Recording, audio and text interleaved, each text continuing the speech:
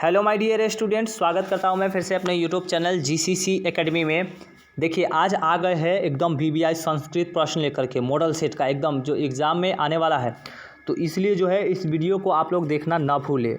और हाँ, इस वीडियो को बताने से पहले, सवाल को, ऑब्जेक्टिव को बताने से पहले मैं आपसे छोटी सी रिक्वेस्ट चाहता हूँ कि आप जो है वीडियो देख लेते हैं पर लाइक नहीं कर पाते हैं, तो कृपया प्लीज़ वीडियो को लाइक कर दीजिए, क्योंकि लाइक करने में आपको कुछ नहीं जाता है ना। और चैनल पे पहली बार देख रहे हैं तो कृपया चैनल को सब्सक्राइब कर लीजिए, क्योंकि सब्सक्राइब करने से भी कुछ नहीं जाता। अगर आप सब्सक्राइब कर लेते हैं तो आपको फ़ायदा होगा, आपको डेली इसका नोटिफिकेशन आपको आता रहेगा। और एग्ज़ाम का जितना भी वीवीआई प्रश्न होता है हम इसको डालते रहते हैं, तो इतना मेहनत से कम वीडियो को डालते हैं, पढ़ाते हैं, तो कम से कम वीडियो को लाइक कीजिए, शेयर कीजिए और सब्सक्राइब कीजिए ना। तो कम से कम इतना हम आपके लिए कर रहे हैं, तो कम से कम आप भी मेरे लिए इतना कर दीजिए, तो आपका एहसान रहेगा। समझिए, एहसान ही रहेगा, एक छोटा भाई समझ के कम से कम जो है आप लाइक कर दीजिए ना। चलिए देखिए, तो संस्कृत का है। देखिए संस्कृत में जो है, संस्कृत में मॉडल सेट 1 है, एकदम वीवीआई सब जो एग्ज़ाम में आने वाला है, इसलिए जो आप लोग देखना नहीं भूले, ठीक है ना। आपको जो है एग्ज़ाम में 100 प्रश्न पूछे जाएंगे, आपको जो है किन्हीं 50 प्रश्नों का ही उत्तर देना है, ठीक है ना। देखिए पहला प्रश्न, इसको यहाँ पे हम अति करते हैं, पहले सही कर लेते हैं, उसके बाद इसको आपको समझाने में, समझने में आपको एकदम आसान लगेगा, ठीक है। तो देखिए पहला प्रश्न क्या है। पहला प्रश्न स्क्रीन पर दिखाई दे रहा होगा, कहता है विधाधिगमाय में किन वर्णों की संधि हुई है। आ जोर अ, या आ जोर आ, या अ जोर आ, या अ जोर अ। तो किन वर्णों की संधि हुई है, तो ऑप्शन नंबर हमारा ए सही है, एकदम आ जोर अ। देखिए इसका जो संधि विच्छेद करेंगे, विद्या, तो विद्या जोर अधिगमाय। देखिए विद्या, देखिए क्या है, विद्या जोर अधिगमाय, ये होगा, ठीक है ना, विद्या अधिगमाय। तो ये जो है विद्या जो है ये हो जाएगा, कौन हो जाएगा, तो ये बन जाता है वर्ड, ठीक है ना। चलिए अब अगला प्रश्न देखिए क्या है। अगला है दूसरा, किसमें वर्णों के मेल से विकार होता है। समास, समास या संधि या संयोग में या सवर्ण में। तो किसमें होता है, तो समास, सॉरी संधि में। किसमें होता है, संधि में होता है। दो वर्णों के मेल किसमें होता है, संधि में। दो वर्णों के मेल से जो विकार उत्पन्न होता है उसे क्या बोलते हैं, संधि कहते हैं। ये पढ़े हैं ना संस्कृत व्याकरण में, संधि होता है। चलिए अब अगला प्रश्न देखिए, 3 नंबर क्या है। 3 नंबर है, संस्कृत लेखिका का विग्रह क्या होगा।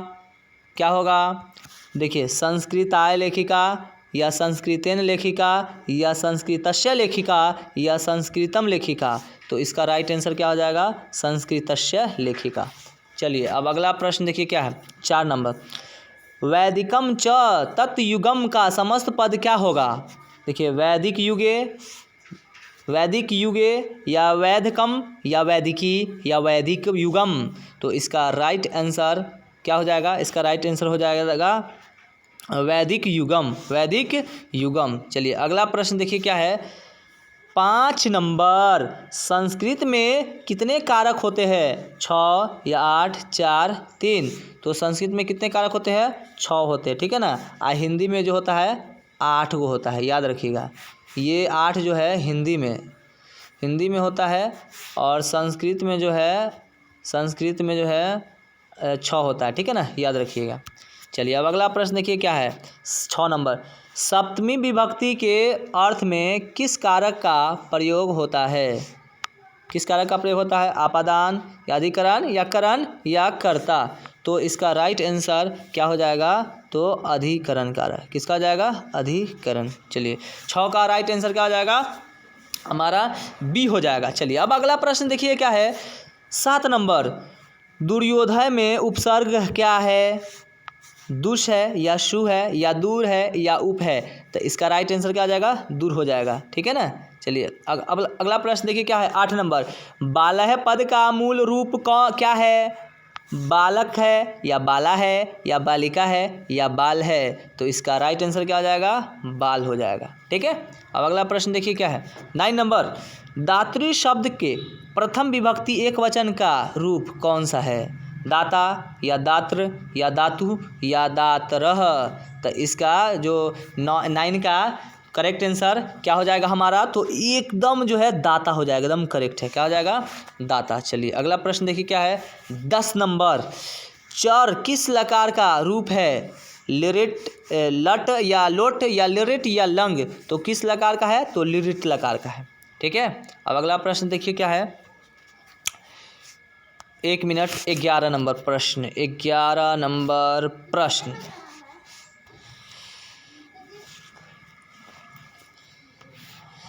देखिए 11 नंबर प्रश्न क्या कहता है, स्क्रीन पर देखिए क्या, दरक्षति किस लकार का, किस धातु का है, दृश्य या पश्य या द्रिप या द्रुह, तो किसका है, तो इसका राइट आंसर क्या, पश्यति। पश्यति पश धातु का जो है दरक्षति होता है, दक्ष में देखना होता है, पश्यति देखना, ठीक है ना। चलिए अगला प्रश्न देखिए क्या है 12 नंबर प्रश्न क्या है, 12 नंबर, कंपमानम पद में कौन सा प्रत्यय है, तो शानच है या सत्री है या कत्व है या कत्वतु है, तो इसका राइट आंसर क्या हो जाएगा, शानच है। तब 12 का राइट आंसर क्या हो जाएगा, ए हो जाएगा। ठीक है, अब अगला प्रश्न देखिए क्या है 13 नंबर, भुज और कत्वा में कौन सा अव्यय बनेगा, भवनम, भूत्वा, संयुभुई या भवन, तो इसका राइट आंसर क्या हो जाएगा, भूत्वा, क्या बनेगा, भूत्वा। अगला प्रश्न देखिए 14 नंबर, धार्मिकम में कौन सा तद्धित प्रत्यय है, ठक है, ऑप्शन में ठक है या नौ ठ है या ईशन है या शेष है, तो क्या हो जाएगा इसका राइट आंसर, ठक हो जाएगा।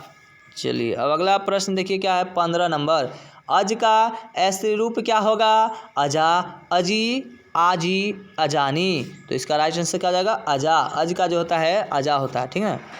चलिए अब अगला प्रश्न 16 नंबर देखिए क्या है, यथा नद्ध अस क्या है, यथा नद्ध सयंद्रमानः समुद्रे खाली स्थान मंत्र किस उपनिषद से संकलित है, ऑप्शन में देखिए ईशावास्योपनिषद से या कठोपनिषद से या मुंडकोपनिषद से या श्वेताश्वेत परोपनिषद से, तो इसका राइट आंसर क्या हो जाएगा, ये हो जाएगा मुंडकोपनिषद से। ठीक है, चलिए अगला प्रश्न देखिए 17 नंबर, देखिए अनृतम पद का पर्याय निम्न में से कौन सा है, असत्यम, सत्यम, अनर्थम, अकृत्रिम, तो इसका राइट आंसर क्या हो जाएगा, सत्यम।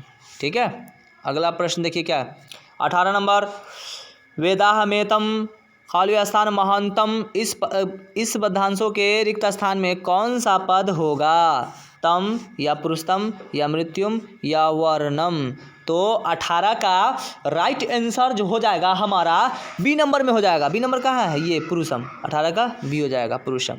अगला प्रश्न देखिए 19 नंबर, सरस्वती कुल गृहम किसे कहा गया है, किसे कहा गया, मोदफलमपुर को, हस्तिनापुर को या पाटलिपुत्र को या काशी को, तो किसको कहा गया है, काशी को, किसको कहा गया है, काशी को कहा गया है। ठीक है ना, सरस्वती कुल गृहम कहा गया है काशी को। अगला प्रश्न देखिए 20 नंबर, 1 मिनट 20 नंबर प्रश्न देखिए क्या कहता है, मध्यकाल में पाटलिपुत्र किस नाम से प्रसिद्ध था, पटना, पुष्पपुर या कुसुमपुर या अजीमाबाद, तो देखिए मध्यकाल में मतलब बीच में जो है किससे मतलब प्रसिद्ध था, पटना, तो पाटलिपुत्र तो पटना नाम से। ठीक है, अभी भी पटना ही है। ठीक है, आप प्राचीन नाम कहे ना पहले, तो पहला पटना का प्राचीन नाम, पटना का प्राचीन नाम जो था ना पाटलिपुत्र, कौन था, पाटलिपुत्र। ठीक है, पाटलिपुत्र था, इसको याद रखिएगा, पटना का ये भी आई है। चलिए अगला प्रश्न देखिए क्या है 21 नंबर, पतन शब्द से बना पाटलिपुत्र का अन्य नाम कौन सा है, अजीमाबाद, पटना, पुष्पपुर या कुसुमपुर, तो इसका राइट आंसर क्या हो जाएगा, पटना हो जाएगा। चलिए अब अगला प्रश्न देखिए क्या है 22 नंबर, पाटलिपुत्र का वैभव किसके शासनकाल में अत्यंत समृद्ध था, चंद्रगुप्त मौर्य, प्रियदर्शी अशोक या मुगल या गुप्त वंश, तो इसका राइट आंसर जो हो जाएगा ये किसका हो जाएगा, चंद्रगुप्त मौर्य। ठीक है ना, 22 का जो हो जाएगा करेक्ट आंसर ये हो जाएगा हमारा। चलिए अब अगला प्रश्न देखिए क्या है 23 नंबर, अलस कथा पाठ में किस दोष का निरूपण किया गया है, आलस्य, निद्रा या कोश, क्रोध या दीर्घ सूत्रा, तो इसका राइट आंसर क्या हो जाएगा, आलस्य। अलस कथा जो है एक 4 आलसी होता है, ठीक है ना, उसी के बारे में वर्णन किया गया है। इसमें कहा गया है कि मनुष्य को आलस नहीं करना चाहिए, उसको त्याग देना चाहिए, क्योंकि आलस करने से कोई भी काम जो है नहीं होने वाला है। ठीक है, इसलिए जो है एकदम एक्टिव रहना चाहिए और ध्यान से काम करना चाहिए। चलिए अब अगला प्रश्न देखिए क्या है। अगला प्रश्न है कितना ये 23 हो गया है। 24 नंबर देखिए, 24 नंबर है सजातीनाम खाली स्थान दृष्टवा के न धावंती जंतवः। इस गद्यांश में, इस पद्यांश के रिक्त स्थान में कौन सा शब्द होगा? कौन सा शब्द होगा?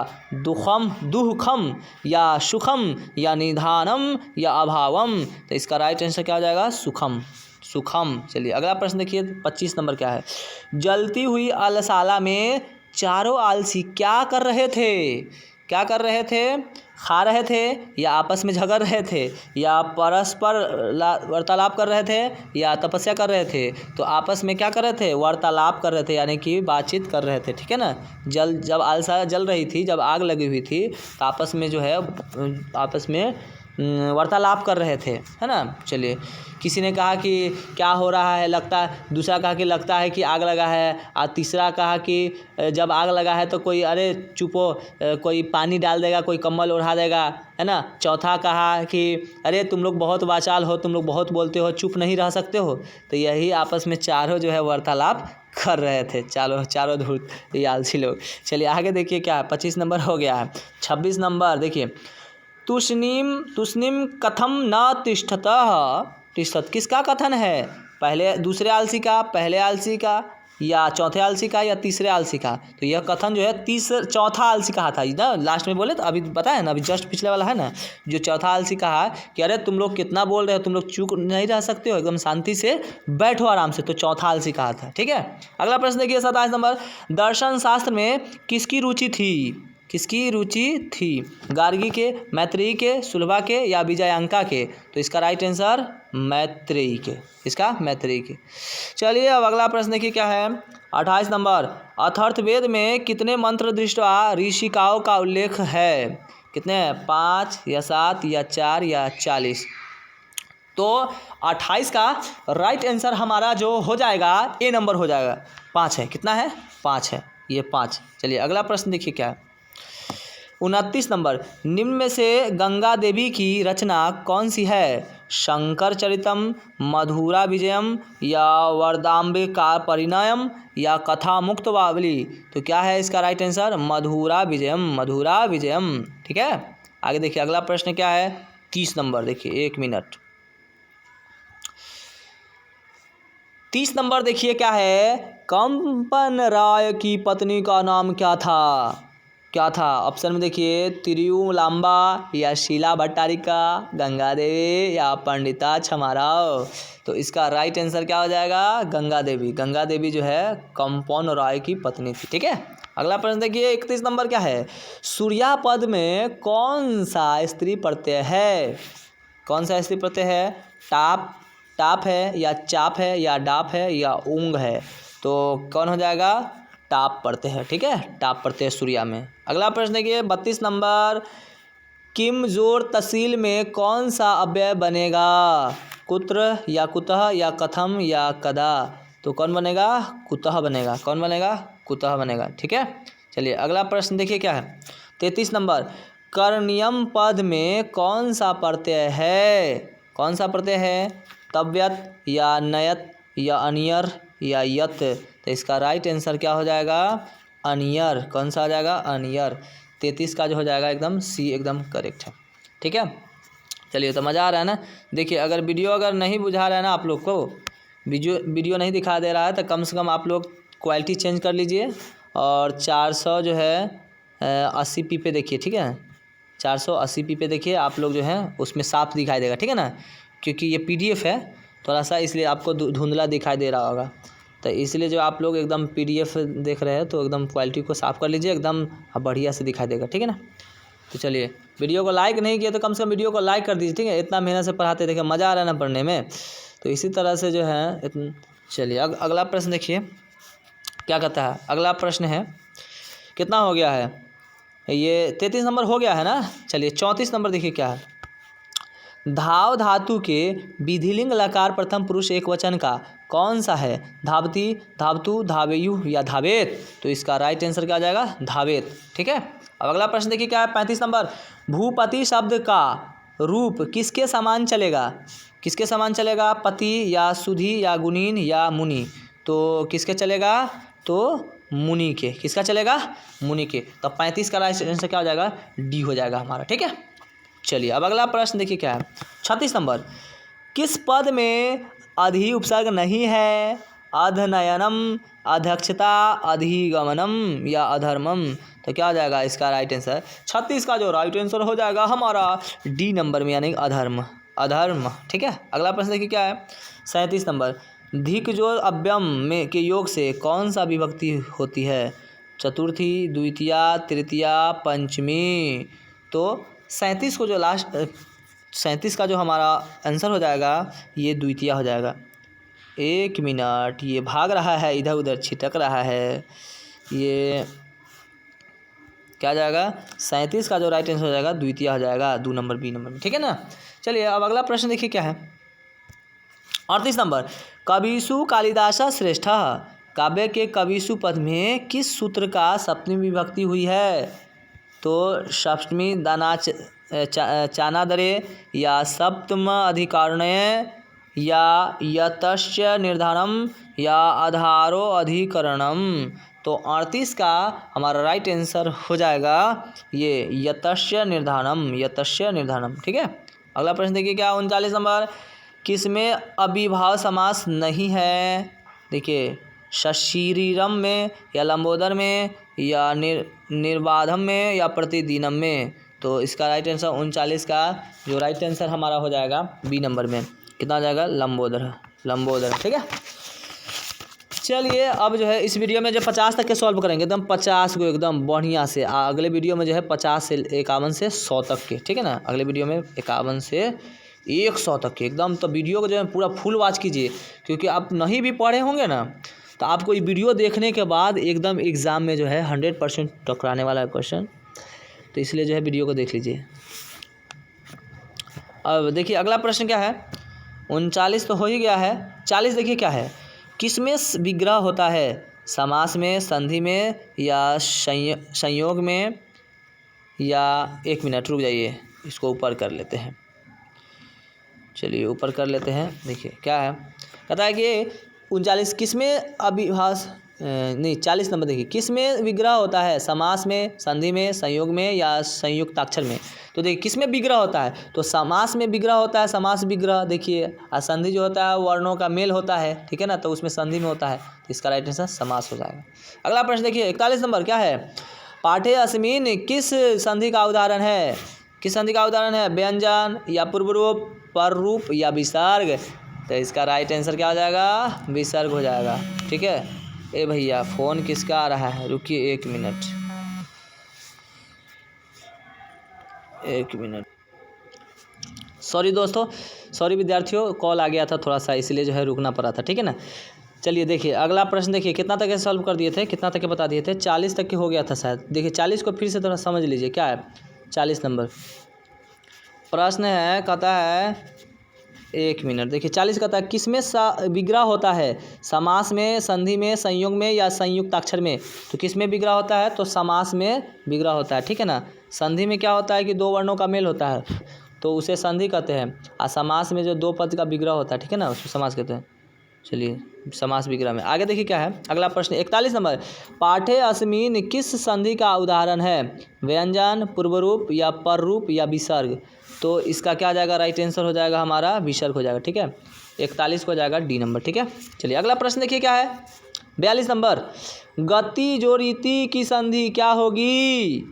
देखिए गति रीति या गति रीति या गति रीति, ये वाला है ना, या गत्यति। तो देखिए इसका राइट आंसर हो जाएगा हमारा गति रीति। देखिए ये हर्षिकार और ये हर्षिकार, ये हर्षिकार, सब जो है हर्षीयकार होगा। ठीक है ना। चलिए अगला प्रश्न देखिए क्या है। अगला प्रश्न है देखिए 43 नंबर, निम्न में से 33 का सही संधि विच्छेद क्या होगा? देखिए च जोड़ इति या च जोर एती या चे जोर ती या च जोर ऐती। तो इसका राइट आंसर क्या हो जाएगा, च जोर ईती, क्योंकि अ या आ के बाद अगर ई रहता है तो दोनों मिलकर ई या ई रहता है तो दोनों मिलकर ए हो जाता है ना। तो देखिए ए हो जाता है।